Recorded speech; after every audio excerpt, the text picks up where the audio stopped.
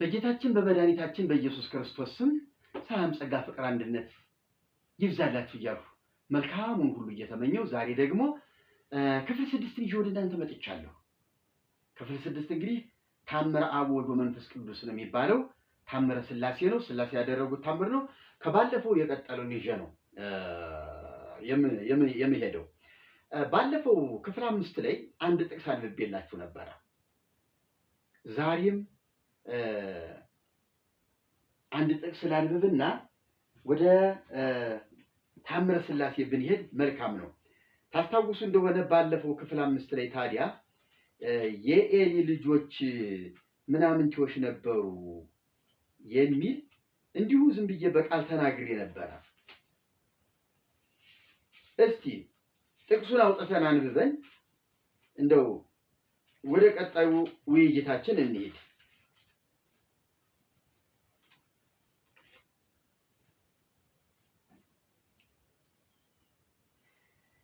ምዕራፍ 2 መጽሐፈ ሳሙኤል ቀዳማዊ ምዕራፍ 2 ቁጥር 12 ላይ ነው። የኤሊ ልጆች ምናምንቴዎች ነበሩ፣ እግዚአብሔርንም አያውቁም ነበር። የካህናትም ልማድ በሕዝቡ ዘንድ እንዲህ ነበረ። ሰው ሁሉ መስዋዕት ሲያቀርብ ስጋው በተቀቀለ ጊዜ የካህኑ ሎሌ ይመጣ ነበር። በእጁም 3 ጣት ያለው ሜንጦ ነበረ። ወደ ድስቱም ወይም ወደ ምንቸቱ ወይም ወደ አፍላሉ ወይም ወደ ቶፋው ይሰደው ነበር። ሜንጦውም ያወጣውን ሁሉ ካህኑ ለእርሱ ይወስደው ነበር። ወደዚያም በመጡት በእስራኤላውያን ላይ በሴሎ እንዲህ ያደርጉ ነበር ይላል። ቀጣይ ክፍል አለው። ሕግ አለ ለካህናቱ። መስዋዕት ሲሰዋ ሲቀቀል ለካህናት ድርሻ አለ፣ የእግዚአብሔር ድርሻ አለ። ያመጣው ሰው ድርሻም አለ። አልፎ አልፎ እንደዛ ይደረጋል። የሚቀቀለው ይቀቀላል፣ የሚቀቀለው ይቀቀላል። ለካህኑ የሚሰጠው የካህኑ ድርሻ ይወሰዳል። የኤሊ ልጆች ግን ይሄን ስርዓት አያከብሩ። የእግዚአብሔርን ድርሻ ሁሉ ይበሉ ነበር። የእግዚአብሔርን ድርሻ ሁሉ ይወስዱ ነበር። ይህም አይደለም። የኤሊ ልጆች አፍኒንና ፊንሐስ ለጸሎት ለአምልኮ እግዚአብሔርን ፈልገው የሚመጡ የእስራኤል ቆነጃጅትን በድንኳኑ ዙሪያ ይዳፈሩ ነበር። ግብረ ሥጋ ግንኙነት ይፈጽሙ ነበር። እንዲህ አይነት ነውር ነበር እና የኤሊ ልጆች ምናምንቴዎች ነበሩ ሲል ምናምንቴነታቸው አንደኛ የእግዚአብሔርን ድርሻና የእነሱን ድርሻ አያውቁ። የሰው ድርሻ ምንድን ነው? የእግዚአብሔር ድርሻ ምንድን ነው? የካህኑ ልክ ምንድን ነው? የእግዚአብሔር ልክ የት ነው? ይህንን አያደርጉም ነበር። የእግዚአብሔርን ድርሻ ይበሉ ነበር። ነውረኞች ነበሩ፣ ምናምንቴዎች ነበሩ። እግዚአብሔርን አያውቁም ነበር ነው የሚላቸው። በጣም ከባድ ነገር ነው። ሰው በመቅደስ እያገለገለ ማይሌት ቁሙ፣ ሰዓታት ቁሙ፣ ስንት ነገር አድርጋለሁ እያለ መስቀል ይዞ እያሳለመ እግዚአብሔርን የማያውቅ ካህን በዘመናችን ሞልቷል። ከጋኔን ጋር ጥብቅ ቁርኝት ያደረገ የጋኔን ወዳጅ ሞልቷል። በየዓመቱ ኪዳኑን እያደሰ የሚኖር መርጌታ ቄስ ዲያቆን ሞልቷል።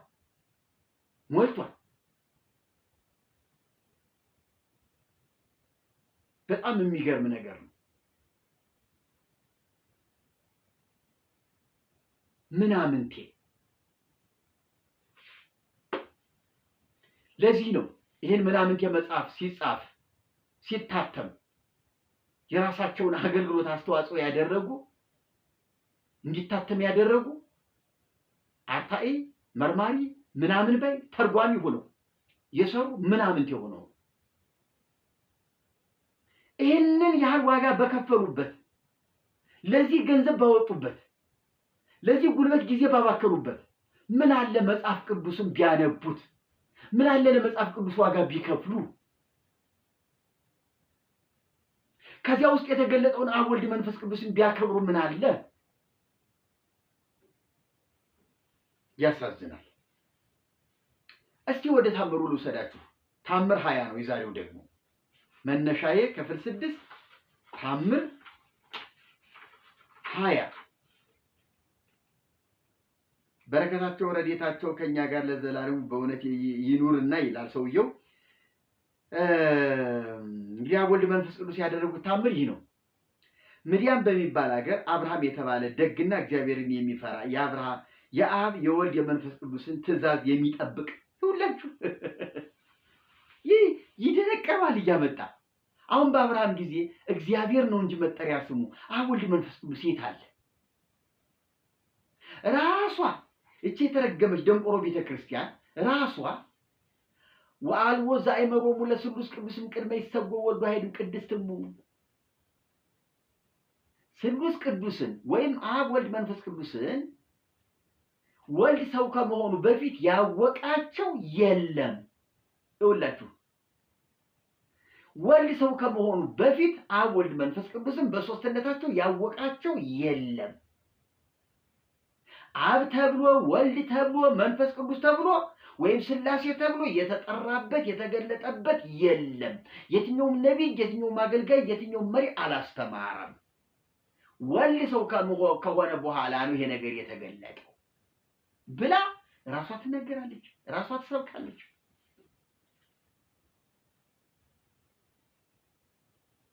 ግን እዚህ ላይ ደግሞ ስለ አብርሃም ስታወራ የሌለ ነገር ፈጠረች። የሌለ ነገር የአብ የወልድ የመንፈስ ቅዱስን ትእዛዝ የሚጠብቅ ዘወትር እንግዳ የሚቀበል አንድ ሰው ነበር አሉት። እንግዲህ አብርሃም ብለው አንድ ሰው ነበር ብለውታል። ያን እንግዳ ምንም አይበላም ያለ እንግዳ ምንም አይበላም አይጠጣም። እግዚአብሔርም እንግዳ በመቀበሉ የአብርሃምን ስራ ወደደ። የመልካም ነገር ጠላት ዲያብሎስም አብርሃም ያደረገውን መልካም ነገር አየ። ሰዎች ወደ አብርሃም ቤት እንዳይሄዱ በምድያም ጎዳና ተቀምጠህ ከልክላቸው፣ ከራስህም ደም እስኪፈስ ድረስ በገዛ እጅህ ራስህን ገምሰህ ይህንንም ግመስ ብሎ ሎሌውን ያዘዘውን እንዲፈጽም አሰናበተው። አያችሁ፣ ሰይጣን እኮ ነው። ሰይጣን አብርሃም እንግዳ ተቀባይ ነው። ያለ እንግዳ አይበላም አይጠጣም። ስለዚህ ሰይጣን ቀናበት እና ሰይጣን ሎሌውን ሂድና ሰይጣን በድንጋይ አናትህን ግመስና ደም እስኪፈሰው ድረስ እዚያ ቁጭ በል አለው። ከዚያስ ያም መልእክተኛ ከጌታው አንደበት ይህን ሰምቶ ወደ ምድያም ወረደ። ድንጋይም አንስቶ ከራሱ ደም እስኪፈስ ድረስ በገዛ እጁ ራሱን ገምሶ በጎዳና ተቀመጠ። ወደ አብርሃም ቤት የሚሄዱ 2 ሰዎች መጡ። ሰይጣንም ወዴት ትሄዳላችሁ አላቸው። እኛስ ዜናውን ስለሰማን ወደ አብርሃም ቤት እንሄዳለን፣ እግዚአብሔርም ይወደዋል አሉት። ሰይጣንም ወንድሞች አትሄዱ፣ የዛሬው አብርሃም ራሴን ገምሶ ደሜን አፍስሶ በጎዳና ጣለኝ። ነገሬን ካላመናችሁኝ ከራሴ ላይ የሚፈሰውን ደም ኑ ላሳያችሁ፣ እኔን ያገኘ እንዳያገኛችሁ አትሂዱ አላቸው። ሰዎችም ደግ ሰው ነበረ፣ ክፉ ስራ ይሰራ ዘንድ አብርሃምን ምን አገበረው አሉት። እንደዚህም ብለው ወደ ሀገራቸው ተመለሱ። በዚያችም ቀን አብርሃም በመንገድ ቢጠብቅ እንግዳ አጣ። ወደ ቤቱም ገብቶ ምንም እህል አልበላም፣ ውሃም አልጠጣም። በማግስቱም 4 ሰዎች መጡ።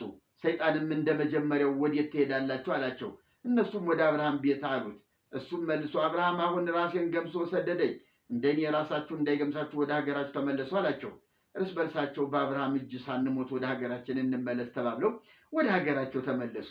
አብርሃም ግን በጎዳና እንግዳ ጠበቀ፣ ምንም አላገኘም። ወደ ቤቱ ገብቶ ምንም አልበላም። በ3ኛው ቀን ስላሴ የሰይጣንን ስራ አይተው ወደ አብርሃም ወረዱ። ያን ጊዜ የሰይጣን ምክሩ ፈረሰበት። ሰይጣንንም ይዘው ወደ ሲኦል ውስጥ ወረወሩትና ከደጁ ተቀመጡ። ሰይጣን ወደ ሲኦል ወርውረው እነሱ በአብርሃም ደጅ ተቀመጡ ማለት ነው። አብርሃምም ከደጁ ተቀምጠው ባያቸው ጊዜ ፈጽሞ ተደሰተ። ሮጦ ወደ ቤቱ ገባና እነሆ ታላላቅ ሰዎች መጡልን፣ ጥቂት ዳቦ፣ የማር ጠጅና የወይን ጠጅ አዘጋጅ፣ እኔም ወይፈን እሰዋለሁ ብሎ ለሚስቱ ነገራት። እሷም እንዳልህ ይሁን አለችው። ዳግመኛም አብርሃም ሚስቱን ማርና እርጎ ጨምረሽ አዘጋጅ፣ እግራቸውን የሚታጠቡበት ውሃም በድስት አሙቂ፣ 3 ድፎ ዳቦም ለእያንዳንዳቸው አድርገሽ አዘጋጅ አላት። አብርሃምም ይህን ተናግሮ ወጣና ወይፈን አረደ፣ በየብልቱም ለያየው። ተሸክሞም ወደ ድንኳኑ ገባና እግራቸውን እስከ አጥር ድረስ እግራቸውን እስካጥብ ድረስ ይህን ስጋ ጨውና ቅቤ ጨምረሽ አጣፍጪው ብሎ ለሚስቱ ሰጣት። እሷም እሺ አለችው። አብርሃምም አብ ወልድ መንፈስ ቅዱስን ካገኘበት ከበሩ ውጭ ልብሱን አነጠፈና ጌቶቼ ሆይ እግራችሁን ልጠባችሁ ወደ ቤት ግቡ አላቸው። ተነስተው ወደ ድንኳኑ ገቡና ካነጠፈላቸው ልብስ ላይ ተቀመጡ። የአብን እግር ያጥብ ጀመር። አብን ካጠበ በኋላ ባለመለያየት አንድ ናቸውና ወልድ መንፈስ ቅዱስም ታጥበው አገኛቸው። አብን አጥቦ ሲጨርስ ያው አንድ ስለሆኑ የአብ እግር የወልድም የመንፈስ ቅዱስም እግር ስለሆነ አንድ ስለሆኑ ወልድና መንፈስ ቅዱስ ታጥበው ተገኙ ይለናል። ይሄ ፈጽሞ ውሸት ነው። ሌላው ትልቁ ውሸት ሥላሴ እኮ በአካል ሶስት ናቸው። አካላቸው የየራሳቸው ነው። የአብ እግር ታጠበ ማለት የወልድ ታጠበ ማለት አይደለም። በባህሪ በህልውና በአገዛዝ አንድ ናቸው። አካል ግን ሶስት ነው። እዚህ ላይ ግን ዘባረቀ። እሺ መጽሐፉ ልማዱ ስለሆነ ከሃዲ ስለሆነ የፈለገውን ይበል። ከዚያም ማዕድ አቀረበላቸው። እንስራ ሙሉ የወይን ጠጅና በእሳት የበሰለውን ወጥ አቀረበላቸው። ሲመገቡም አብርሃም ለእራት የተዘጋጀውን ያንን የወይፈን ከበር ቁሞ አየው። ካየውም በኋላ ፈጽሞ ፈራ፣ ደነገጠ። አያችሁ፣ በሬ አረደ፣ ወይፈኑ ታረደ፣ ተበላ። ሲወጣ ግን ያው የታረደው ወይፈን ከደጅ ቆሞ ተገኘ። በነገራችን ላይ ይሄ መጽሐፍ ትንሽ ቀባጥሯል። ቆይ ቤተክርስቲያኒቱ የምትጨማመረው የምትቀባጥረውን በሌላም ታሪክ የምትተርከውን እኔ እነግራችኋለሁ። አብ ወልድ መንፈስ ቅዱስም አብርሃምን አብርሃም ብለው ጠርተው በመልካም ስራ ሰይጣን እንደቀናብህ እወቅ፣ እንግዳ ወደ አንተ ከመጣ ተቀበል፣ ካልመጣ ግን አትጠባበቅ ብለው አሉት። ከመጣ ሰየው ተቀበል፣ ካልመጣ ግን ጦም ልደር ብለህ ጦምህን አትደር ብላ አሉት። ወደ አብርሃም ቤት የገቡበት ሐምሌ 7 ቀን ነው። የመዲያምም ሰዎች ለእራት የተዘጋጀውን ወይፈን ስላስነሱት አደነቁ፣ ስማቸውንም አመሰገኑ። እዚህ ላይ እንግዲህ ያው ሁልጊዜ ስለምንተቻቸው እቺ ነገር ትቅር ብለው ነው መሰለኝ ትተዋታል። ምንድነው እቺ ነገር እንዴት የቀረችው ምንድናት? ሥላሴ ከመምሪያ አድባር ዛፍ ስር ተቀምጠዋል። አብርሃም ሩጦ ሄዶ እግራቸውን ግብ ወደ ቤት ያላቸው አንገባም አሉት። አዝለህ አስገባን አሉት። አብን አዝሎ አስገባ። ማንን ላስቀድም ሲል እሱን አሉት። አብን አስቀደመ። አብ ታዝሎ ገባ። ከዚያ ወልድና መንፈስ ቅዱስን ሊያመጣ ሲሄድ የሉ የት ሄዱ ብሎ ደንግጦ ወደ አዝሎ ወደ አስገባው ሄዶ ሊናገር ሲል አላወቀም። ሥላሴ መሆናቸውን አላወቀም እና ሲገባ ሁለቱም እዚያ ደግሞ አብረው ቁጭ ብለዋል። ገብተው ደነገጠ። ከዚያ በኋላ ነው እንግዲህ አይማ ሥላሴ ነው ብሎ አወቀ ብለው የሚሉት እዚህ ላይ ነው እነሱም ራሳቸው የሚተርኩት። ከዚያ እንግዲህ ወይፈኑ ታረደ፣ ተበልቶ አበቃ። ከዚያ በኋላ ሥላሴ ወይፈኑን ቢባርኩት ወይፈኑ ተነሳ ነው። አሁን አብርሃም ወይፈኑ ከደጅ ቁሞ አየው ነው የሚለው እዚህ ላይ። ግን ሲባርኩት ወይፈኑ ተነሳና አመሰገነ። ምን ብሎ አመሰገነ? ስብሐት ለአብ፣ ስብሐት ለወልድ፣ ስብሐት ለመንፈስ ቅዱስ ብሎ 3 ጊዜ ስብሐት ለአብ፣ ስብሐት ለእግዝእትነ ማርያም ድንግል ወላዲተ አምላክ። ልብ በሉ፣ ያን በአብርሃም ዘመን አምላክን ለወደደች ለድንግል ማርያም ምስጋና ይገባል አለ። እንደገና ስብሐት ለመስቀለ እግዚእነ ኢየሱስ ክርስቶስ፣ ጌታችን ኢየሱስ ክርስቶስ ለተሰቀለበት ለዕፀ መስቀሉ ምስጋና ይገባል አለ። አያችሁ፣ ይቀጥላል ምስጋናው። እንደዚህ እያለ በሬው አመሰገነ። ልጨርስላችሁ ወይም ከዚህ መጽሐፍ ላይ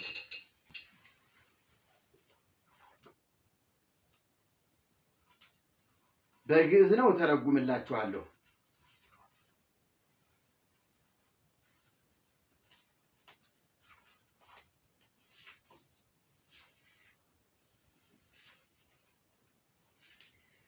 ምንድነው የሚለው? ስብሐት ለእግዝእትነ ማርያም፣ ስብሐት ለመስቀለ እግዚእነ ኢየሱስ ክርስቶስ ክርስቶስ በምህረቱ ይዘከረን፣ ክርስቶስ በቸርነቱ ያስበን፣ አመዳግም ምጽአቱ እያሳፍረን፣ ዳግመኛ በመጣ ጊዜ እንዳያሳፍረን። በሬው እኮ ነው እንደዛ የሚል በሬው ዳግመኛ በመጣ ጊዜ እንዳያሳፍረን እየጸለየ ለሰበወተ ስሙ ያንቃን፣ ስሙን ለማመስገን ያንቃን፣ ወበአምልኮቱ ያጽናን፣ እርሱን በማምለክም ያጽናን።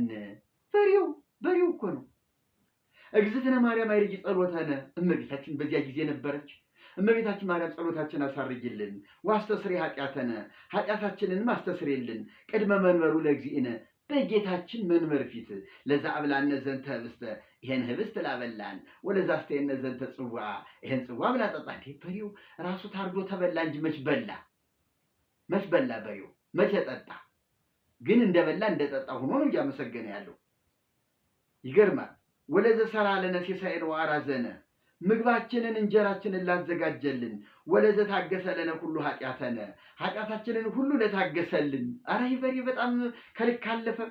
ወለዘ ወሀበነ ሥጋሁ ቅዱሰ ወደሞ ክቡረ፣ ቅዱስ ሥጋውን ክቡር ደሙን ለሰጠን። ወለዘ አብጽሐነ እስከዛቲ ሰዓት፣ እስከዚህ ሰዓት ምን አደረሰን?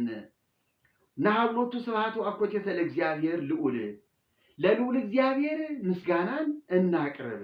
ወለወላዲቱ ድንግል፣ ለወለደችው ለድንግልም ምስጋና እናቅርብ። ወለመስቀሉ ክቡር፣ ለክቡር መስቀሉ ምስጋና እናቅርብ። ይትአኮት ወይሰባ ስሙ ለእግዚአብሔር ወትረ በኩሉ ጊዜ ወበኩሉ ሰዓት፣ በየሰዓቱና በየጊዜው የእግዚአብሔር ስም የተመሰገነ ይሁን ብሎ በሬው ተነስቶ ይችን ስብሐት የተባለችን ጸሎት ጸለየ፣ አመሰገነ ተብሎ ይቺ ድርሰት የበሬው ድርሰት ናት። የአብርሃም በሬ ድርሰት ናት ነው የምትባለው። እና እዚህ መጽሐፍ ላይ ግን ለምን ቆርጠው እንዳስቀሯት አፍረዋል ማለት ነው። እንግዲህ እነሱም ተሐድሶ ለማድረግ እየሞከሩ ነው። ግን ይሄ ነው ወይ ተሐድሶ? ይሄን ያህል የተበላሸ መጽሐፍ ጽፎ ሲጀመር አብርሃምና እዚህ ላይ ሥላሴ የተባለው ተረካ እንዲህ ነው ወይ? መጽሐፍ ቅዱስ ባለው ልክ ቢሄዱ ምን አለ? መጽሐፍ ቅዱስ በተናገረው እዚያ በተወሰነው ልክ ቢናገሩ ምን አለ? እውነታው እኮ እዚያ ተቀምጧል። ምን አለ ይህን ያህል መጨነቅ፣ ለመዋሸት ይህን ያህል እንቅልፍ ማጣት፣ መጽሐፍ ቅዱስን እምነትን ክርስትናን ለመበከል ይህን ያህል እንቅልፍ አጥቶ መስራት? እውነት መርጌቶቻችን እኮ ጠንቋዮች ናቸው፣ ደጋሚዎች ናቸው ቢባል እኮ ምን ስህተት የለበትም። ምክንያቱም በዚያ መንፈስ ነው የሚነዱት። ቤተ ክርስቲያኒቱን ለመበከል ለመበረዝ ሰይጣን ተግቶ የሚሰራው ከዚህ የተነሳ ነው። የሚገርም እኮ ነገር ነው። የሚገርም ነገር ነው። ያሳዝናል። ቀጣይ ደግሞ ወደ ቀጣዩ እንሂድ። ቀጣዩ ታምር 36 ነው። እንግዲህ ታምሩ ምን ይላል? ከዕለታት በአንዲት ቀን ብዙ ሰዎች በአብ በወልድ በመንፈስ ቅዱስ በዓል ሥጋውን ደሙን ሊቀበሉ ወደ ቤተ ክርስቲያን ሄዱ። ልብ በሉ።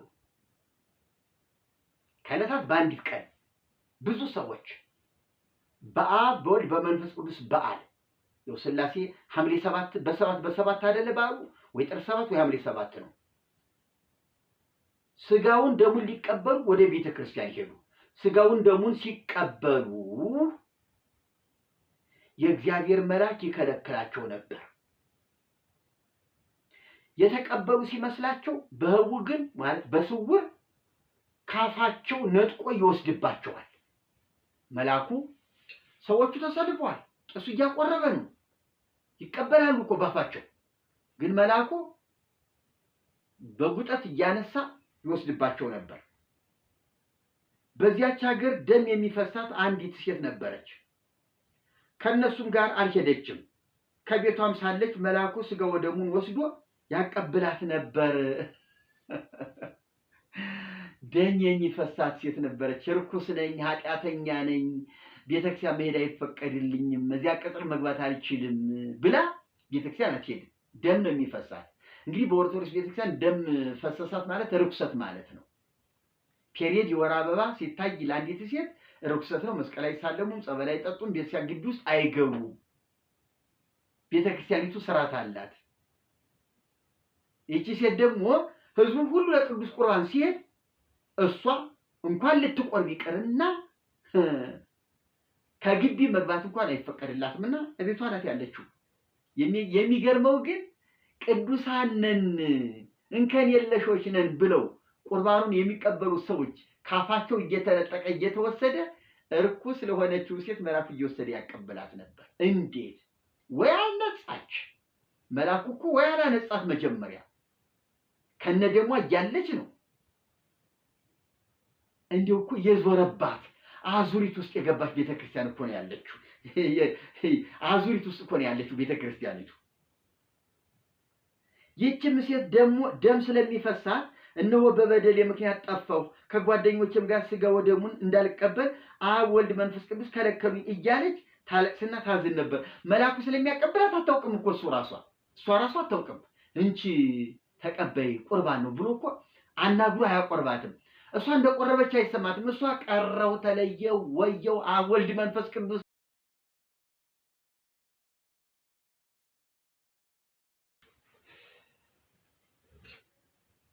የተወደዳችሁ የክርስቶስ ቤተሰቦች መብራት ጠፍቶ ለተወሰነ ደቂቃ ተቋርጦ ቆይቶ ነበረ። እንደገና መብራት መጥቷል። ከነበርንበት ወይም ደግሞ ከደረስንበት ቀጥለን ያለውን ነው የምንነጋገር። አልቋጨነውም ያንን የመጀመሪያውን ንግግር። ምናልባት እንግዲህ የቅድሙ የድምፅ ኃይል ቶን ከፍ ያለ ነበረ። አሁን ደግሞ እንደገና ሲጀምር ወረድ ያለ ከሆነ ይቅርታ። እንግዲህ ቅድም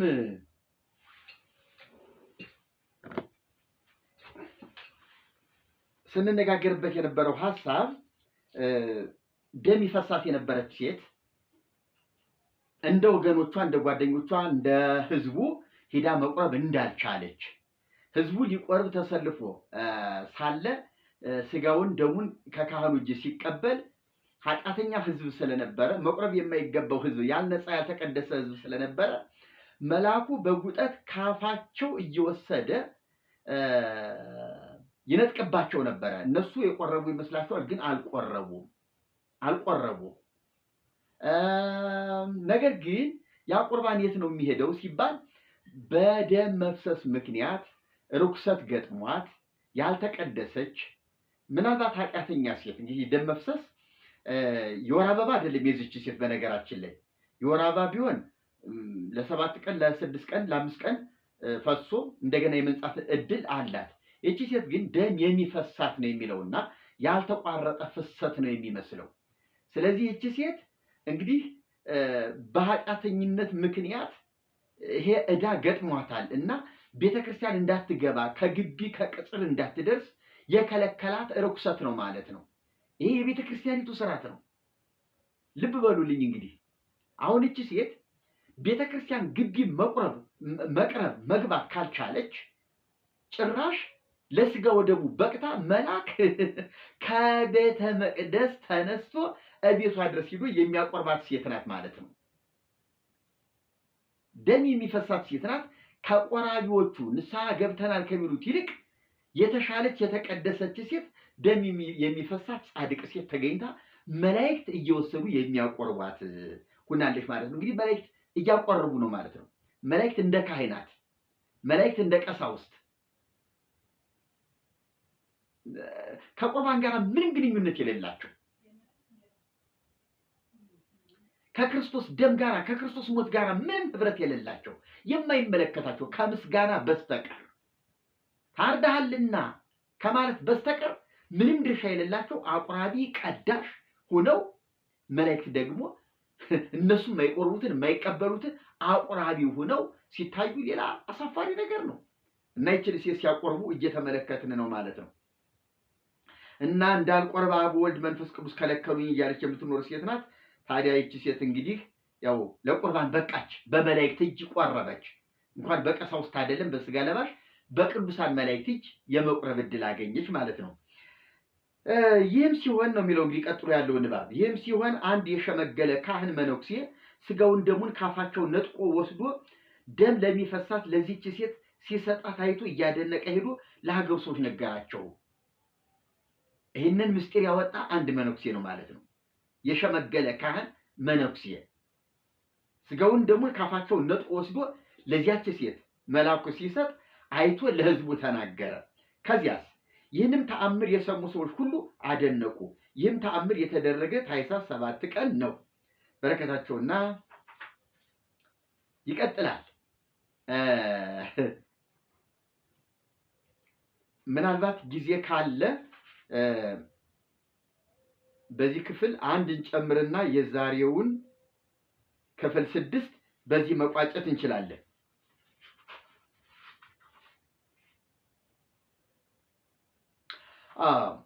ይሄ ቀጣይ ነገር በጣም ብዙ ነው። የዛሬውን በዚህ እንቋጭ እና ቀጣዩን ክፍል 7 በሚቀጥለው ይዤ እቀርባለሁ። አስገራሚ ነው። ከዚህ በፊት በበላልበላ ተነጋግረነዋል። ምናልባትም ባለፈው የስቅለት ዕለት ይሄ በቀኝ ተሰቀለ የተባለው ወንበዴ ሽፍታ ደመ ማኅተሙን ይዞ እነ ኪሩቤልን እነ ሱራፌልን እንዴት እንደረበሸ እንዴት እንዳንቀጠቀጠ ተነጋግረናል፣ አይተናል። ያ በዚህ ክፍል ተጠቅሷል። እስቲ ዛሬ ደግሞ እንግዲህ ይሄ መጽሐፍ እንዴት አድርጎ እንደገለጠው እንዴት አድርጎ እንዳብራራው እንመለከታለን። በክፍል 7 እንገናኝ። እግዚአብሔር ይባርካችሁ። እግዚአብሔር ጸጋ ይብዛላችሁ። ሰላም ሁኑልኝ።